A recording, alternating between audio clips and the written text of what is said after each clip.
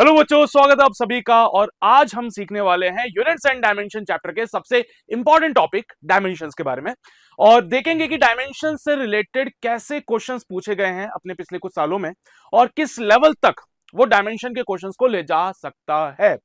तो शुरू करते हैं। और शुरुआत में सबसे पहले तो हमें समझना पड़ेगा कि फिजिकल क्वांटिटी क्या होती है। तो देखो भाई, हमने फिजिकल क्वांटिटी को कैसे डिफाइन किया है। हमने कहा है कि भाई फिजिक्स में फिजिकल क्वांटिटीज को ऐसे डिफाइन करो कि जो फिजिक्स के लॉस को एक्सप्रेस करने में हेल्प कर सके, यानी कि ये वो क्वांटिटीज हैं जिनकी मदद से हम फिजिक्स के लॉस को क्या कर सकते हैं, एक्सप्रेस कर सकते हैं। और आसान शब्दों में कहूं तो ये वो चीज है जिनको मेजर किया जा सकता है। तो आसान शब्दों में समझे तो फिजिकल क्वांटिटीज आर दोस्त जिनको हम मेजर कर सकते हैं। सेकेंडली, फिजिकल क्वांटिटीज आर दोस्त जिनकी हेल्प से फिजिक्स के लॉस को एक्सप्रेस किया जा सकता है। अब हालांकि फिजिकल क्वांटिटी के फर्दर क्लासिफिकेशन होते हैं, पर आज के इस वीडियो में उसके बारे में डिस्कस नहीं करेंगे। आज हम डिस्कस करेंगे about the dimensions of a physical quantity. तो व्हाट आर द डायमेंशंस? देखो भाई, फिजिकल क्वांटिटी में हमारे पास दो टाइप की फिजिकल क्वांटिटीज आई थी। एक थी फंडामेंटल, दूसरी थी डायराइव्ड। फंडामेंटल में कुल मिला के 7 ऐसी क्वांटिटीज हमारे पास आई थी जिन पे पूरा फिजिक्स टिका हुआ था। हमसे कहा गया कि दूसरी जो भी क्वांटिटीज होंगी वो इन फंडामेंटल पे डिपेंड करेगी अपने आप को डिराइव करने के लिए। फॉर एग्जांपल मैं कहता हूं स्पीड के बारे में, तो स्पीड होता है बेटा डिस्टेंस अपॉन टाइम, डिस्टेंस होता है लेंथ, और time again it's a fundamental quantity. तो स्पीड जो है वो लेंथ और टाइम पे डिपेंड कर रहा है, यानी कि speed is a derive quantity और लेंथ और टाइम क्या है, फंडामेंटल क्वांटिटी है। तो वैसे ही अगर मैं बात यहां पे स्पीड की कर रहा हूं तो हमने कहा कि speed is nothing but distance upon time, और डिस्टेंस जो होता है बेटा वो होता है लेंथ, तो it is actually length upon time. Yes, तो कहा जाता है कि जो डिराइव क्वांटिटीज होती है उनको एक्सप्रेस करते हैं in the terms of the fundamental quantity, और वही हमें डायमेंशंस हेल्प करेगा। हमसे कहा जाता है कि लेंथ की जगह एल लिख लीजिए, टाइम की जगह टी लिख लीजिए, टी को ऊपर ले आइए तो एल का पावर 1 और टी का पावर -1, ये बना स्पीड के लिए। अब इसमें तुम देखो तो ये कुछ पावर्स दिख रही है, यहां पे कुछ पावर्स दिख रही है। ये वो पावर्स हैं जो फंडामेंटल क्वांटिटीज के ऊपर आई है। तो कहते हैं powers raised over the fundamental quantities, powers raised over the fundamental quantities are the dimension, ये है डायमेंशन है ना, of a physical quantity, are the dimensions of physical quantity। जैसे कि मैं कहूं कि स्पीड का डायमेंशन क्या है, तो स्पीड का डायमेंशन है L टू द पावर 1, है ना। L का पावर कितना है, 1 है, और T का कितना है, -1 है। तो ये जो पावर्स हैं जो फंडामेंटल क्वांटिटी के ऊपर लगाई गई है, इनको हम कहते हैं डायमेंशंस। ठीक है, और ये जो पूरा बना है, ये जो पूरा फॉर्मूला बना है, कौन सा वाला, L का पावर 1 T का पावर -1, इस पूरे फॉर्मूले को कहेंगे डायमेंशनल फॉर्मूला। क्या बोलेंगे इसको, डायमेंशनल फॉर्मूला। तो यहां से हमने dimension of a physical quantity को कैसे डिफाइन किया। Dimension of a physical quantity are the powers which are raised over the fundamental quantities which are used to define that particular physical quantity। ठीक है, तो डायमेंशंस क्या है, ये powers हैं जो कि फंडामेंटल क्वांटिटीज के ऊपर लगाई गई हैं, जिनसे वो पर्टिकुलर फिजिकल क्वांटिटी को क्या किया जा रहा है, एक्सप्रेस किया जा रहा है। तो क्या ये डायमेंशन की कहानी क्लियर हुई? अब ये डायमेंशन क्यों है जरूरी हमारे लिए, क्योंकि देखो भाई, बिकॉज ऑफ दिस डायमेंशंस हम बहुत सारी चीजें कर सकते हैं। क्या क्या कर सकते हैं वो हम सीखेंगे in case of application of dimensional analysis.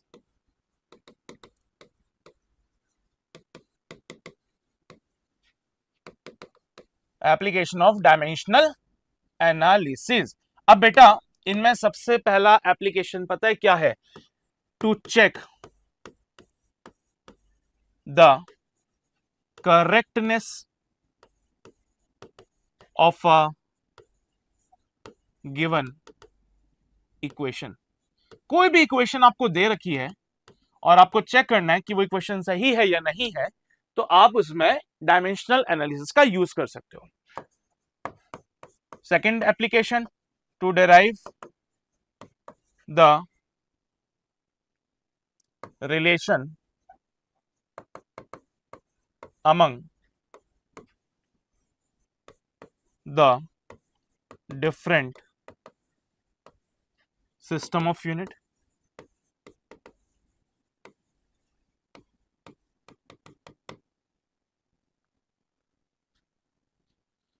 ठीक है, इसको आसान शब्द में कहें, to convert a unit from one system to another, from one system to another. एक सिस्टम से दूसरे सिस्टम में अगर मुझे किसी यूनिट को कन्वर्ट करना है तो बेसिकली मैं क्या कर सकता हूं, डायमेंशनल एनालिसिस का हेल्प ले सकता हूं। थर्ड एप्लीकेशन है to deduce the relation among different physical quantities, among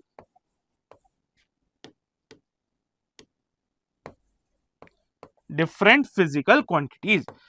अलग अलग फिजिकल क्वांटिटीज अगर मुझे दे रखी है तो मैं उनके बीच में रिलेशन भी बता सकता हूं यूजिंग द डायमेंशनल एनालिसिस। और इन्हीं एप्लीकेशंस को बारी बारी से एक बार पढ़ के फिर हम क्वेश्चंस पे भी आएंगे। ठीक है, चलिए, तो भाई कैसे क्या किया जाता है, कैसे इनको यूज किया जाता है वो मैं तुम्हें बताता हूं। सबसे पहले तो मुझे बताओ, अगर कोई तुमसे बोले कि कोई पर्टिकुलर फिजिकल क्वांटिटी है, मान लेते हैं मैं बात करता हूं यहां पे एनर्जी की, क्या मैं एनर्जी का डायमेंशनल फॉर्मूला निकालना जानता हूं? भाई सीधी सी बात है, एप्लीकेशन की बातें तब करोगे जब तुम्हें फॉर्मूला निकालना भी आता हो। तो याद करो, जैसे थोड़ी देर पहले मैंने स्पीड के लिए बोला था, स्पीड को लिखते हो डिस्टेंस अपॉन टाइम, फिर लिखते हो लेंथ अपॉन टाइम, लेंथ की जगह एल, टाइम की जगह टी, तो ये बन गया स्पीड का डायमेंशनल फॉर्मूला। ऐसे ही क्या हम एनर्जी के लिए भी डायमेंशनल फॉर्मूला लिख सकते हैं? हाँ सर, बिल्कुल लिख सकते हैं। एनर्जी होती है हाफ mv²। तो सर हाफ तो एक न्यूमेरिकल वैल्यू है, हाफ एक न्यूमेरिकल वैल्यू है, और जो न्यूमेरिकल वैल्यूज होती हैं these are dimensionless, these are dimensionless. तो जो भी न्यूमेरिकल वैल्यूज है वो सारी डायमेंशनलेस है, उनसे हमें कोई लेना देना नहीं होता। मास की जगह पे हम कैपिटल एम पुट कर देते हैं, और स्पीड का डायमेंशनल फॉर्मूला एल का पावर 1 टी का पावर -1 का होल स्क्वायर हो जाएगा। बेटा मास की जगह 1 पुट करेंगे, स्पीड का डायमेंशनल फॉर्मूला अभी थोड़ी देर पहले निकाला था, एल का पावर 1 टी का पावर -1 का होल स्क्वायर। और बेटा सॉल्व करने पे ये बनेगा m एल का पावर 2 टी का पावर -2। तो this is the dimensional formula for energy. And what about the dimensions? तो m का पावर 1, l का पावर 2 एंड t का power -2 are the dimensions of the energy. तो डायमेंशंस तो ये पावर है, और जो लिखा गया है वो है पूरा डायमेंशनल फॉर्मूला। तो these powers are the dimension and this whole is the dimensional formula. अंतर पता चल रहा है ना? चलो, तो अब हमें बोला जा रहा है एप्लीकेशन, कैसे हम इनका यूज करेंगे, क्या क्यों पढ़ते भाई हम डायमेंशन, क्या जरूरत आगे डायमेंशन पढ़ने की? तो बेसिकली पहला एप्लीकेशन क्या है बेटा? To check the correctness of a given equation. तो आओ इसी एप्लीकेशन पे चर्चाएं करते हैं। ठीक है, तो पहला एप्लीकेशन क्या है? To check the correctness of given equation. अब ये कैसे किया जाएगा सर, कैसे इसमें ये काम किया जाएगा, कैसे हम करेक्टनेस को चेक कर पाएंगे? तो इसमें दो बड़ी इंपॉर्टेंट चीजें काम आती बेटा, है ना। दो इंपॉर्टेंट बातें हैं, तुम लोग नोट कर लेना इसको, ज्ञान की बात। ज्ञान की बात में पहली बात यह है कि कोई भी इक्वेशन करेक्ट तभी कहलाएगी, equation is considered correct if and only if dimensions on LHS is equal to the dimensions on RHS। LHS और RHS के डायमेंशन एक जैसे होने चाहिए तो वो इक्वेशन सही कहलाएगी। दूसरी चीज ज्ञान की बात यह है वो है बेटा principal of homogeneity.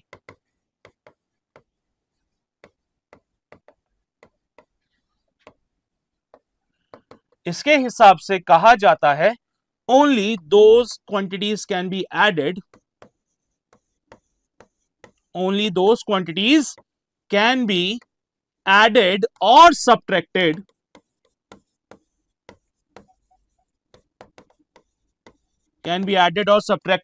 which have same dimensions,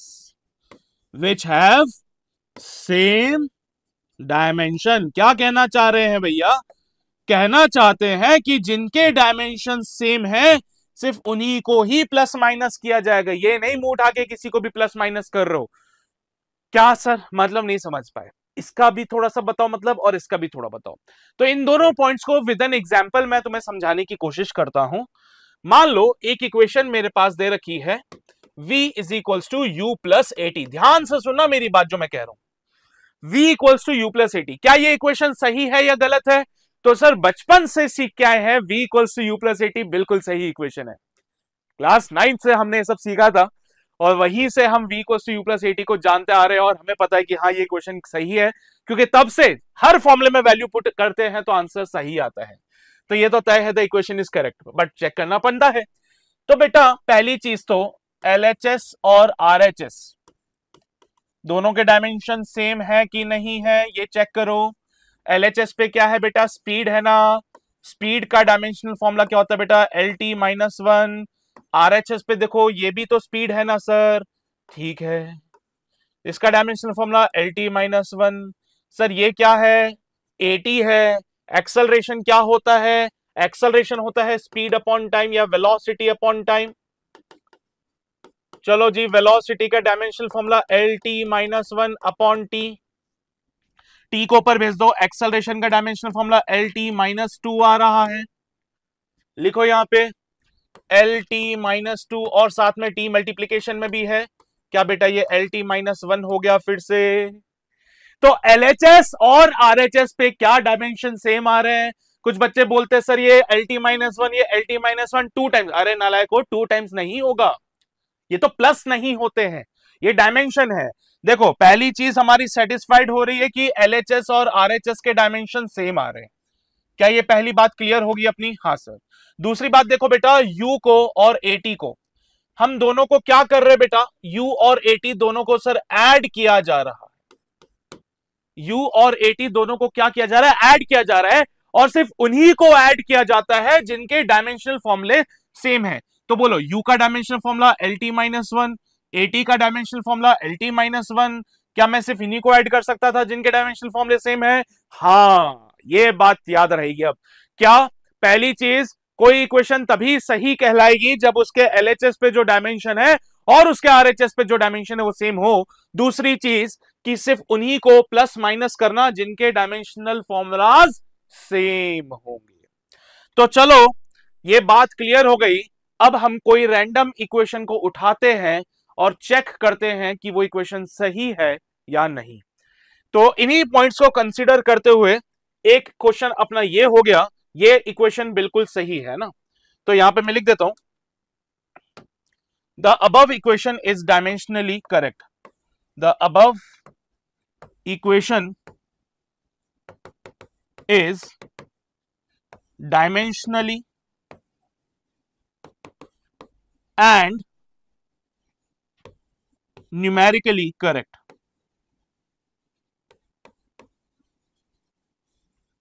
The above equation is dimensionally and numerically correct. चलो भाई, एक और इक्वेशन मैं तुम लोगों को दे रहा हूं और मुझे बताना क्या वो इक्वेशन सही है। S equals to UT plus AT square। हाँ, S equals to UT plus AT square। इस इक्वेशन में हमें फिर से चेक करना पड़ेगा, LHS इक्वल्स टू RHS तो नहीं हो रहा। सर ये है LHS, सर ये है RHS।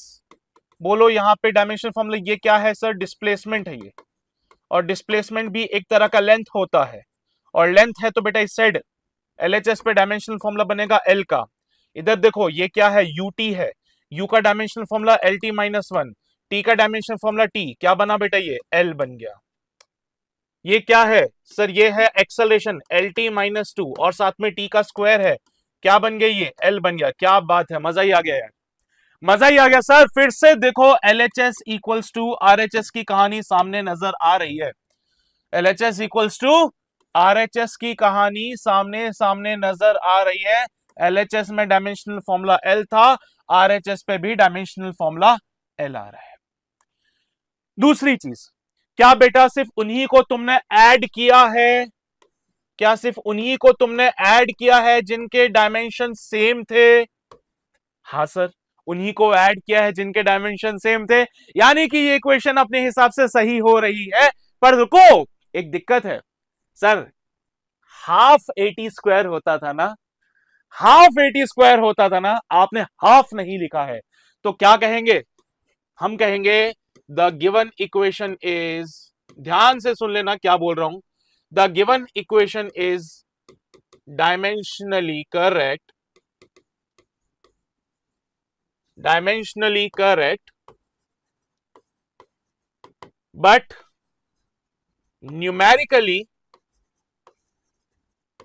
numerically incorrect.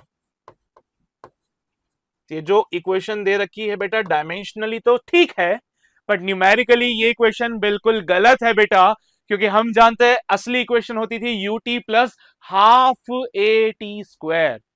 मेरी बात समझ आ गई? कोई दिक्कत इसमें नहीं है?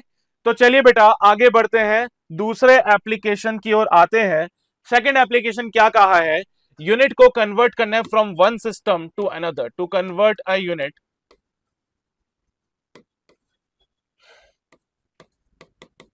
From one system to another. ध्यान से सुन लेना इसको, मजा ही आ जाएगा। कैसे करते हैं उस पर विचार करेंगे, एग्जाम्पल से समझाऊंगा इसको मैं तुम्हें। बेटा 1 Newton, Newton is the SI unit of force, SI unit of force is equals to how many dyne? Dyne is the CGS unit of force, CGS unit of force। तो क्या बेटा एक सिस्टम से, SI सिस्टम से CGS system में convert करना है, तो कैसे डायमेंशनल एनालिसिस हेल्प करता है? ध्यान देना यहां पे। फोर्स का डायमेंशनल फॉर्मूला क्या होता है? इट इज 1 m का पावर 1 L का पावर 1 T का पावर -2। ये है फोर्स का डायमेंशनल फॉर्मूला। पर ये सिस्टम 1 में चल रहा था, तो इसको मैंने M1 L1 T1 बोल दिया। यहां पे कोई वैल्यू n मान लेते हैं, n का वैल्यू निकालना है मुझे।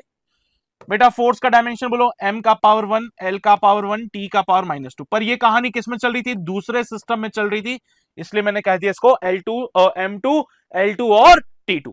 n निकालना था ना बेटा, n का वैल्यू हो जाएगा 1 M1 अपॉन M2 का whole power 1 L1 upon L2 का whole power 1 T1 upon T2 का होल पावर -2। क्या किया मैंने? ये M2 L2 T2 को यहां नीचे ले आया, M1 के साथ M2 को मिला दिया, L1 के साथ L2 को और T1 के साथ T2 को। पहला सिस्टम क्या था? SI था। SI सिस्टम में मास को क्या लिखते हो आप लोग? SI सिस्टम में मास को लिखते हैं हम kg, CGS में मास को लिखते हैं हम ग्राम का होल पावर 1। SI सिस्टम में लेंथ को लिखते हैं मीटर, CGS में लेंथ को लिखते हैं सेंटीमीटर का होल पावर 1। SI सिस्टम में टाइम को लिखते हैं सेकंड, CGS में भी टाइम को लिखते हैं सेकंड का होल पावर -2। बेटा 1 kg इक्वल्स टू कितना ग्राम होता है? तो ये चीज हमें मिलेगी from this formula that n is equals to 1000 gram divided by gram, 100 centimetre divide by centimetre, इसका पावर 1 इसका पावर 1, और ये कितना हो जाएगा 1 बाय सेकेंड का पावर -2। खत्म खत्म खत्म खत्म, 100 इंटू 100 इंटू 1, और ये 1 तो चल ही रहा था बेटा, कितना हो जाएगा 10 की पावर 5 हो जाएगा। तो n का वैल्यू कितना मिल गया हमें, n का वैल्यू मिलेगा 10 का पावर 5 यानी कि 1 न्यूटन इज इक्वल्स टू 10 का power 5 dyne. 1 newton is equals to 10 का पावर 5 डाइन। समझे क्या? दूसरा एप्लीकेशन क्लियर हुआ क्या? कोई दिक्कत तो नहीं है ना? देख लो भाई, देख लो, कल को यही चीज वो बोलेगा 1 joule is equals to how many erg. तो हम तो जानते हैं, पर क्या तुम्हें पता चला कैसे डायमेंशनल एनालिसिस की मदद से हम इसको सॉल्व कर पा रहे हैं? कोई दिक्कत वाली बात नहीं है, बहुत आसान है चीजें। ठीक है, चलिए भाई देख लो फटाफट से, ये सारी बातें हम कर चुके हैं अभी तक, है ना? इसमें कोई समस्या हो तो बता दो। डायमेंशनल एनालिसिस के पहला एप्लीकेशन हो चुका है, दूसरा हो चुका है, अभी हम तीसरे और मोस्ट इंपॉर्टेंट एप्लीकेशन पे आने वाले हैं। क्वेश्चन सबसे ज्यादा बेटा यहां से बनेगा। Third application, different physical quantities के बीच में रिलेशन निकालना है। चलो इसकी भी मैं हेल्प करता हूं तुम्हें बताने में, कैसे करना है इसको सॉल्व। बहुत सिंपल है, कोई रॉकेट साइंस नहीं है इसमें। ध्यान देना, हमारे तीसरे एप्लीकेशन पे to derive relation among different physical quantities, among different physical quantities। PQ बोले तो फिजिकल क्वांटिटी, PQ क्या है? Physical quantity. चलिए, कहा गया time period of simple pendulum,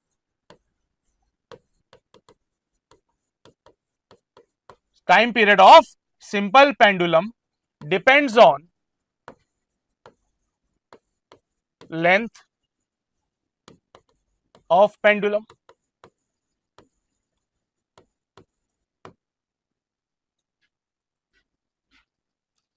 acceleration due to gravity,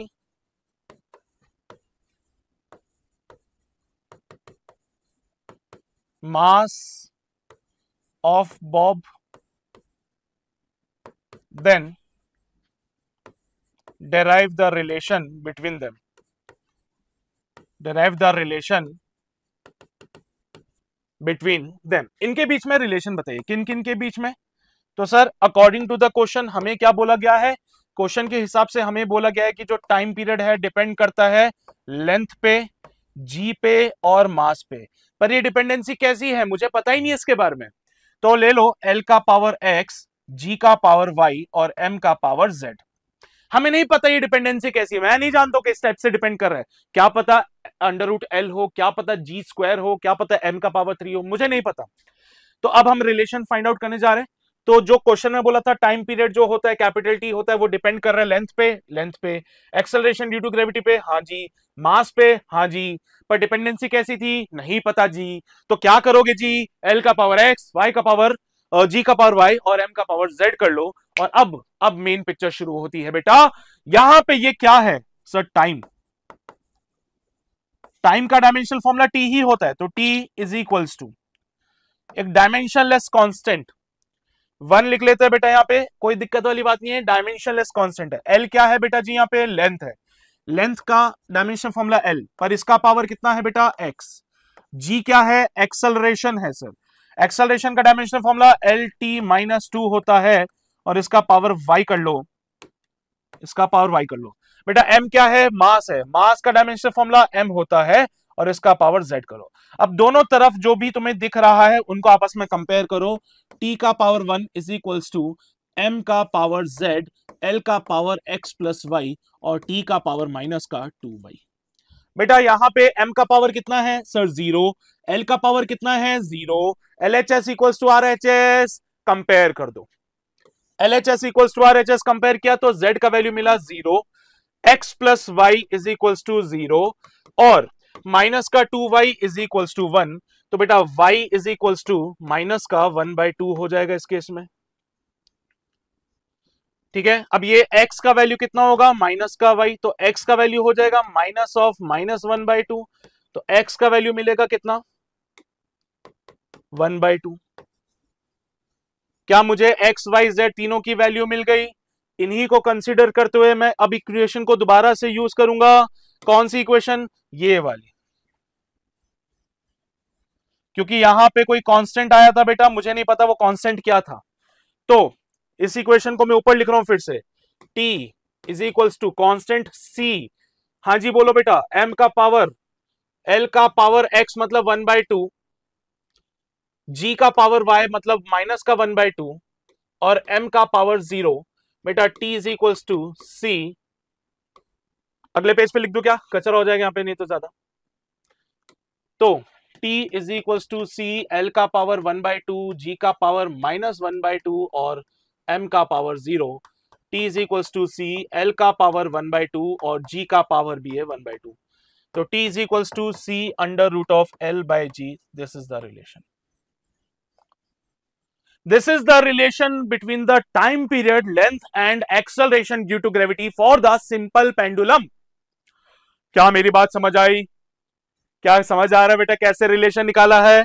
सबसे पहले डिपेंडेंसी शो कर दो, उसके बाद कोई प्रोपोर्शनलिटी कांस्टेंट लगाना पड़ेगा, पर ध्यान रहे the constant is should be dimensionless. भाई पता चले बाद में अपना डायमेंशन जोड़ता जा रहा है बीच में, ये है ना, तो डायमेंशन लेस होना चाहिए बेटा, ये ध्यान रहे इस बात का।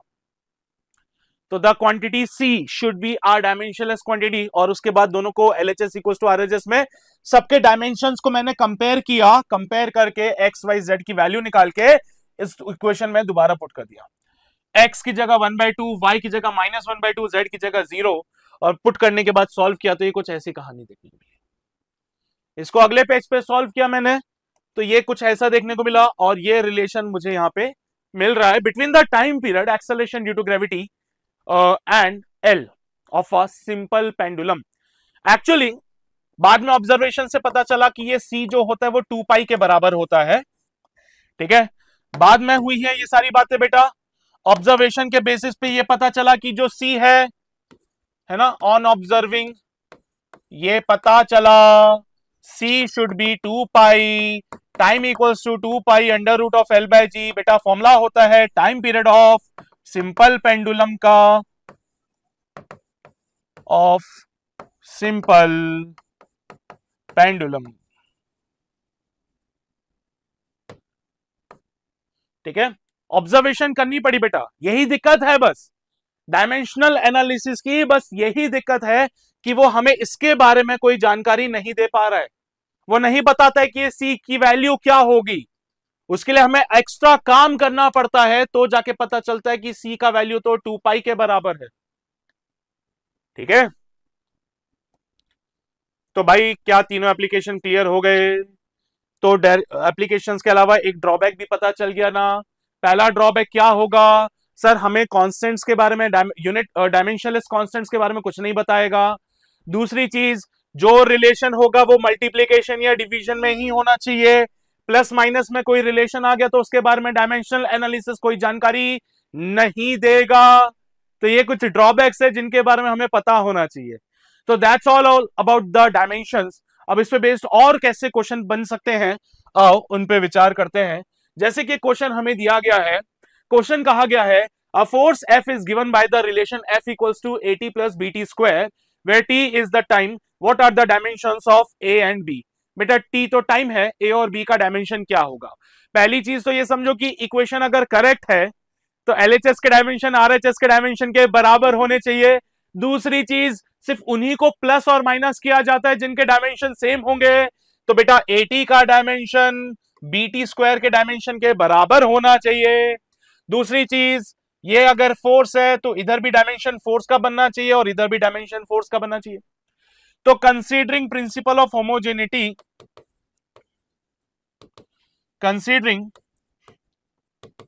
प्रिंसिपल ऑफ होमोजेनिटी, हाँ जी, LHS should be equals to RHS। तो मतलब जो डायमेंशनल फॉर्मूला फोर्स का है MLT-2, यही डायमेंशनल फॉर्मूला AT का होना चाहिए।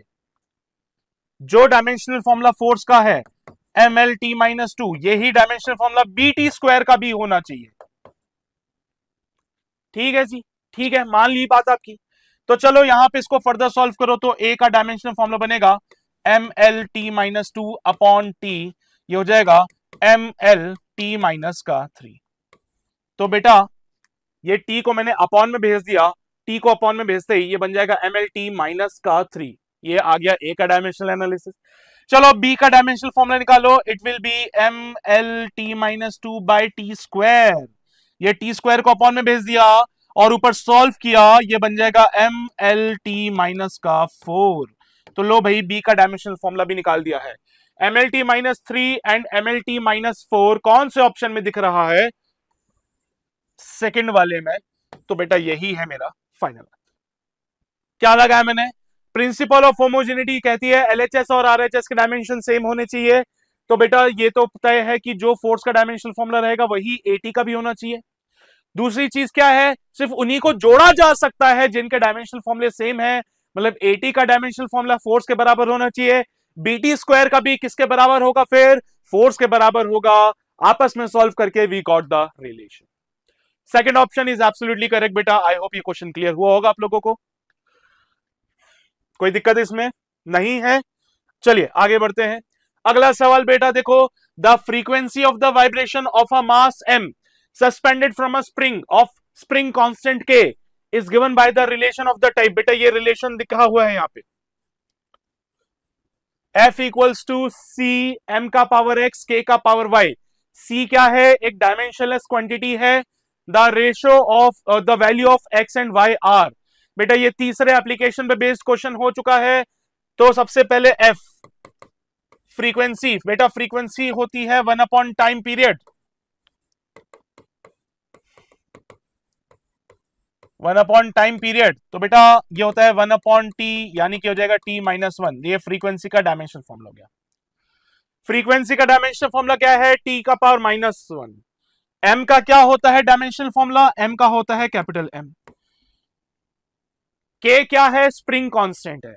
We know that F equals to minus का kx, तो k is equals to F by x।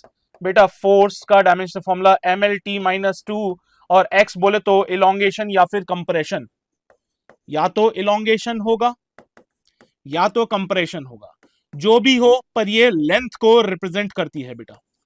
किसको रिप्रेजेंट करेगा? लेंथ को। तो L पुट किया यहां पे, L से L का खात्मा, m t minus 2 is the dimensional formula for k। Frequency का डायमेंशनल फॉर्मूला पता चल गया, मास का पता चल गया, k का पता चल गया, ये रिलेशन हाँ इसमें पुट कर देते हैं। आओ जरा पुट करके देखे वैल्यू। तो F equals to F is equals to C m का पावर x k का पावर y। ठीक है, m का पावर x k का पावर y।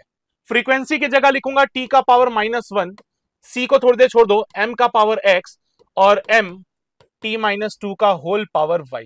बेटा यहाँ पे m का पावर कितना दिख रहा है? 0। l का पावर कितना 0 है? 0। तो m0 l0 t minus 1 is equal to m का पावर x प्लस y और t का पावर माइनस का 2y। बेटा LHS RHS को कंपेयर करो, कंपेयर करने पे माइनस का 2y is equal to minus का 1, तो y इक्वल्स टू 1 बाय 2। चलो x plus Y is equals to 0, तो x इक्वल्स टू माइनस का y और ये माइनस का 1 बाय 2। तो x का वैल्यू माइनस का 1 बाय 2, y का वैल्यू 1 बाय 2। कौन सा ऑप्शन ऐसा है जो दिखाई दे रहा है? x का वैल्यू माइनस का 1 बाय 2, y का वैल्यू 1 बाय 2। ये तो दिख रहा है फोर्थ ऑप्शन में। x का वैल्यू माइनस 1 बाय 2, y का value 1 by 2। Fourth option is absolutely correct answer for this question. तो डायमेंशनल एनालिसिस का तीसरा एप्लीकेशन हमने यहां पे यूज किया है, और ऐसे क्वेश्चंस को फ्रेम किया जा सकता है, कोई बड़ी बात नहीं है, और सॉल्व करना भी इजी है। बस आपको पर्टिकुलर फिजिकल क्वांटिटीज के डायमेंशंस पता होने चाहिए। ठीक है, चलिए भाई, हो गया, ये सारी बातें लिख लो। हाँ भाई आगे आ जाओ। एक और धांसू सवाल क्या है? The speed of ripples on the surface of water depends on the surface tension, density and wavelength. The square of the speed is proportional to. Speed का square किसके proportional होगा ये बताना है बेटा।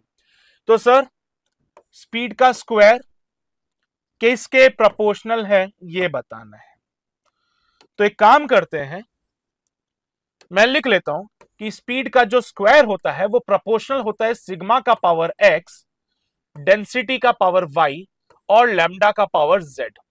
ठीक है, स्पीड का स्क्वायर पूछा ना बेटा, देखो square of the speed is proportional to, तो मैंने कहा कि स्पीड का स्क्वायर किसके प्रोपोर्शनल है, सरफेस टेंशन की पावर x, डेंसिटी का पावर y और वेवलेंथ का पावर z।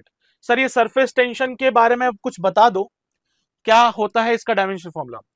बेटा surface tension is nothing but force per unit length, और अगर मैं डायमेंशनल फॉर्मूला की बात करूं तो M L T minus two by L, so it is given by nothing but M T का power minus to.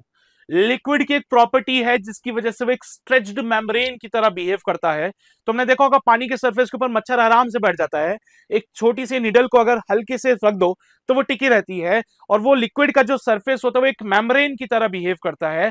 It is because of the property of the liquid called surface tension. ठीक है, तो ये सारी बातें जब मैं surface tension पढ़ाऊंगा तब आपको बताऊंगा, पर हाल फिलहाल के लिए हमें बस फॉर्मूला कंसीडर करना है इसका।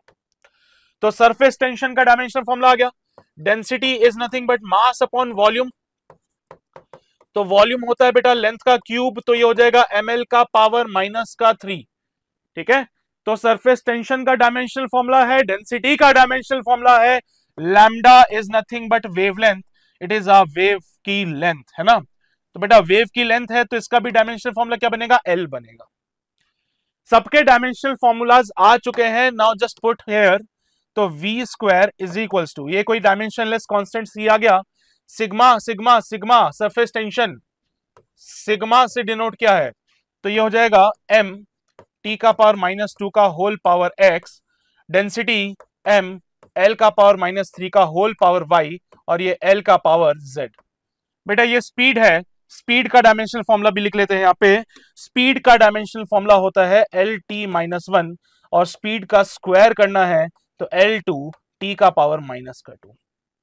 तो स्पीड का स्क्वायर है बेटा, लिख देंगे यहाँ पे कितना, L two T minus two is equals to M का पावर एक्स प्लस वाई,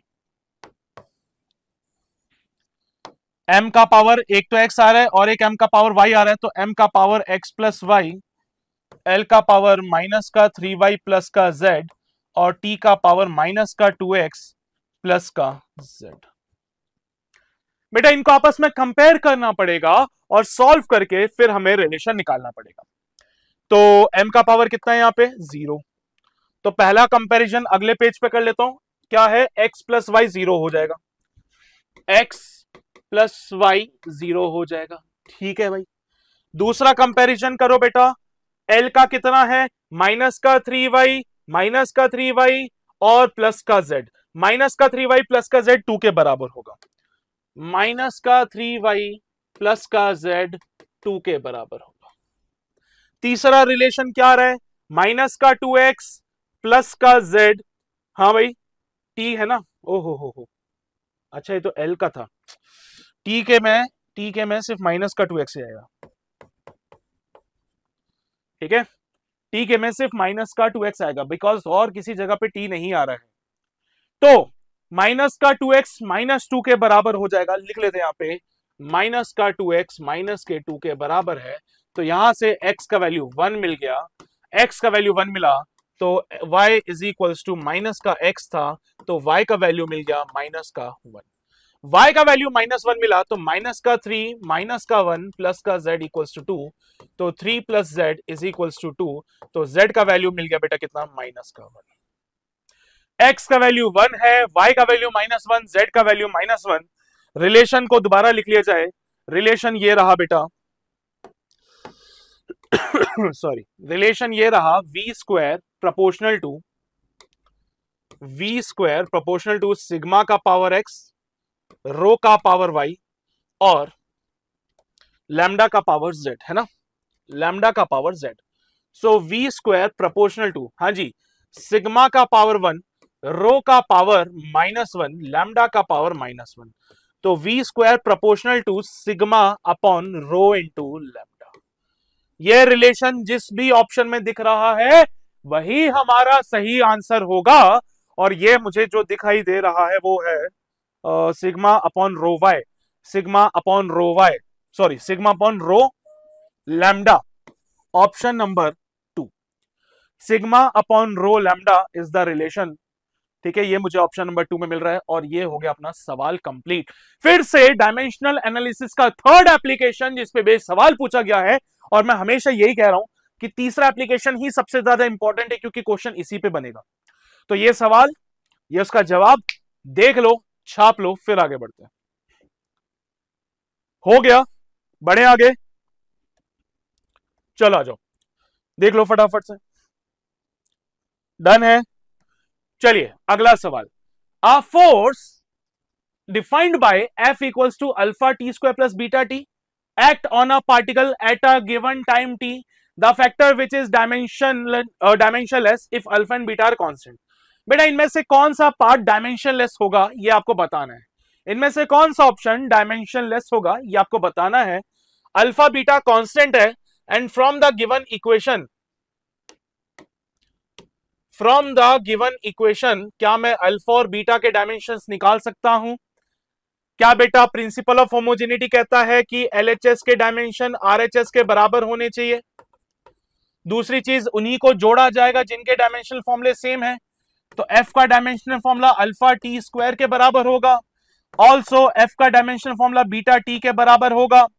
तो अल्फा हो जाएगा एफ बाई टी स्क्वायर, लिखो भाई dimensional formula M L T minus 2 by T square. कितना बनेगा बेटा ये? एम एल टी का पावर माइनस का 4। यहां से बीटा बोलो कितना आ रहा है? बीटा आएगा एफ बाई टी, ये होगा M L T minus 2 by T, ये बन जाएगा एम एल टी माइनस का 3। अल्फा मिल गया, बीटा मिल गया, पर ये देखना है कौन सा डायमेंशन लेस होगा। सर मेरे हिसाब से जो मुझे लगता है कि अगर मैं अल्फा को टी से मल्टीप्लाई कर दूं, अगर मैं अल्फा को टी से मल्टीप्लाई कर दूं तो ये टी का पावर माइनस 3 हो जाएगा, यानी कि अल्फा टी देखे तो बनेगा एम एल टी माइनस का 3, और बीटा को देखें तो ये भी बनेगा एम एल टी माइनस 3। दोनों को डिवाइड कर दे आपस में तो एम एल टी माइनस 3 से M L T minus 3 cancel हो जाएगा, तो अल्फा टी अपॉन बीटा बनेगा 1 बोले तो डायमेंशनलेस। 1 बोले तो डायमेंशनलेस। तो अल्फा टी अपॉन बीटा क्या ये आंसर बन सकता है फॉर द डायमेंशनलेस क्वांटिटी? है ना सिंपल सा कॉन्सेप्ट। चाहो तो यहां से देखो सर ये एफ अपॉन टी है, यहां पे टी स्क्वायर है, टी स्क्वायर का एक टुकड़ा अल्फा टी को भेज दो तो alpha T equals to F by T हो जाएगा, ये भी एफ बाई टी, ये भी एफ बाई टी। तो अल्फा टी अपॉन बीटा करोगे तो क्या मिलेगा? 1 मिलेगा। 1 बोले तो डायमेंशनलेस, और बेटा यही है हमारा फाइनल आंसर। इजी क्वेश्चन, कोई रॉकेट साइंस नहीं है, कोई एक्स्ट्रा दिमाग नहीं लगाना है, और ऐसा इजी क्वेश्चन हमसे पूछा गया नीट 2024 में। नीट 2024 का सवाल पूछा गया है हम लोगों से, ठीक है। कोई रॉकेट साइंस नहीं है, सिर्फ हमने प्रिंसिपल ऑफ होमोजेनिटी लगाया और साथ ही साथ हमने बस ये चेक किया है कि जो जिनको जोड़ रहे हैं उनके डायमेंशन सेम होने चाहिए, क्योंकि अगर ये क्वेश्चन सही है तो वो दोनों पॉइंट्स बिल्कुल वैलिड होंगे। ये रहा क्वेश्चन, इजी सा, छाप लो। हो गया, चलें बढ़े आगे। चलिए एक और सवाल कर लेते हैं। The energy and momentum of a moving body of mass m are related by some equations. Energy, momentum और mass of a body are related by these equations. Given that the c is the speed of light, identify the correct equation. भाई ये तो dimensional analysis का वो पहला application हो गया जो बोल रहा था कि आपको आइडेंटिफाई करना है कि इक्वेशन सही है या नहीं है। तो एलएचएस पे जो डायमेंशन है आरएचएस पे भी वही डायमेंशन होने चाहिए, ये आपको चेक करना है। एनर्जी का डायमेंशनल फॉर्मूला अगर नहीं पता मैं लिख देता हूं, ई का डायमेंशनल फॉर्मूला होता है ml2t-2। मोमेंटम का डायमेंशनल फॉर्मूला mlt-1 और स्पीड ऑफ लाइट का डायमेंशनल फॉर्मूला lt-1। मोमेंटम होता है बेटा mass into velocity, mass into velocity का dimensional formula, speed of light का फॉर्मूला, और एनर्जी तो मैंने निकलवाया था हाफ mv²। तो बेटा ये सबके डायमेंशनल फॉर्मूले हैं। एलएचएस आरएचएस पे डायमेंशन सेम होने चाहिए। दूसरी बात, सिर्फ उन्हीं को जोड़ा जा सकता है जिनके डायमेंशनल फॉर्मूला सेम होंगे। तो ये तुम्हें चेक करना पड़ेगा, ठीक है, ये तुम्हें चेक करना है। तो पहली इक्वेशन को चेक किया मैंने, देखा भाई यहाँ पे एनर्जी का स्क्वायर हो रहा है, लो भाई एनर्जी का स्क्वायर हो रहा है तो कर दो तुम भी, E का square equals to m2 L का पावर 4 T का पावर -4, m2 L का पावर 4 T का power -4 is equals to P की जगह MLT -1 और C स्क्वायर मतलब L2 T -2 ML3 T -3। ना ना ना ये नहीं बनेगा।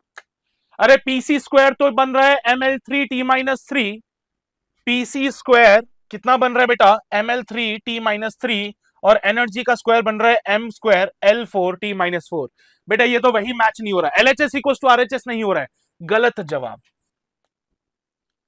आ गया हो बेटा E square equals to PC square, अरे यार अभी ऊपर क्या कहा हमने, E square equals to PC square, अभी हमने ऊपर काम किया, गलत जवाब।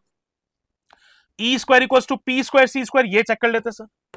M2 L का पावर 4 T का पावर -4 इज इक्वल्स टू, हाँ जी P का स्क्वायर कितना, यहां लिख रहा हूं मैं P का square M2 L2 T -2 C का स्क्वायर L2 T -2। चलिए भैया वैल्यू पुट करते चलेंगे, यहाँ पे M2 L2 T -2 और यहाँ पे L2 T -2, M2 L4 T -4, ओहो हो मैच कर रहा है। चलो PC स्क्वायर तक हो गया, M स्क्वायर C स्क्वायर कर लेते हैं, M स्क्वायर C स्क्वायर कर लो तो M2 L2 T -2। अरे यार sir M square C square आ रहा है, M2 L2 T -2 एनर्जी थी M2 L4 T -4, मैच नहीं करेगा ये वाला फॉर्मूला और ये फॉर्मूला मैच नहीं कर रहा है, तो LHS इक्वल्स टू RHS नहीं होगा, इक्वेशन गलत होगी बेटा। लास्ट वाला देखो ये तो मैच कर रहा था, इसको चेक कर लेते हैं। M स्क्वायर LT L का पावर 4 T का पावर -4, इसका क्या आ रहा था M स्क्वायर L का पावर 4 T का पावर -4 और इसका भी आ रहा था M स्क्वायर L का पावर 4 T का power -4। LHS equals to RHS, दूसरी चीज उन्हीं को जोड़ दे जिनका डायमेंशनल फॉर्मूला सेम है, this is the right equation. ये हुआ हमारा अप्रोच क्वेश्चन सॉल्व का। और इस पर्टिकुलर क्वेश्चन में मैं एक दिमाग और लगाना चाह रहा था, जो ध्यान से सुनना सभी लोग। आइंस्टीन अंकल ने एक इक्वेशन दी थी E equals to MC square. तो बेटा अगर इस इक्वेशन को ध्यान दे और इसमें अगर मैं E का स्क्वायर कर दूं तो E स्क्वायर क्या होगा बेटा M स्क्वायर C का power 4। E equals to MC square सबने सुना है बेटा, अगर मैं इसमें E का स्क्वायर कर दूंगा तो क्या मिलेगा, E का square will be M square C का पावर 4। क्या बेटा ये देख M स्क्वायर C का पावर 4 E स्क्वायर के बराबर होगा, तो मैं सीधा फोर्थ ऑप्शन पे टिक लगाऊंगा, ज्यादा नहीं सोचूंगा। यहां पे गलत काम कर दिया, M का पावर 4 C स्क्वायर कर दिया, M स्क्वायर C स्क्वायर कर दिया, M स्क्वायर C स्क्वायर कर दिया, ये काम खराब है बेटा। तो ये अपना क्वेश्चन कंप्लीट हो गया, कोई दिक्कत तो नहीं है ना, हाँ सिंपल था ना। बस तुम्हें डायमेंशनल एनालिसिस पे दिमाग लगाना है, एक बार तुमने डायमेंशनल एनालिसिस पे दिमाग लगाया तो तुम आराम से क्वेश्चन को सॉल्व कर सकते हो। उसमें सवाल पूछा गया जेईई मेन 2025 में, ठीक है, तो जेईई मेन 2025 का सवाल सिर्फ तुम्हें देखना था कौन सी क्वेश्चन सही है कौन सी क्वेश्चन गलत है। क्लियर है पिक्चर, कोई दिक्कत तो नहीं, कोई समस्या तो नहीं। तो भाई this is all about the dimensions, this is all about the dimensions of physical quantity.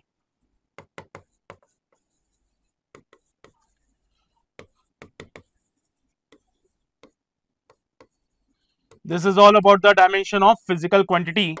बेटा नीट में एक्सपेक्टेड है 1 से 2 सवाल, एक क्वेश्चन तो पक्का है आएगा, पर कभी कभार ऐसा होता है कि 2 सवाल भी पूछ लिए जाते हैं फ्रॉम द डायमेंशंस। तो नीट के पर्सपेक्टिव से मेरे 4 नंबर पक्के करता है ये टॉपिक, और कभी कभार तो 8 नंबर भी पक्के करता है। तो आई होप आपको ये वीडियो पसंद आया होगा। ऐसे ही और वीडियोस के लिए just do follow our channel and session को लाइक कर देना, अपने सभी दोस्तों को बताना कि भाई यहाँ पे ऑरस नीट लीडर्स पे नाउ वी हैव समथिंग, जहां पे एक छोटे वीडियो में एक पर्टिकुलर टॉपिक को बहुत बढ़िया तरीके से समझाया जाता है with the A1 quality question and the PYQs। तो चलिए भाई, मुलाकात होगी अगले सेशन में, तब तक अपना ध्यान रखिए, पढ़ाई करते रहिए। All the very best.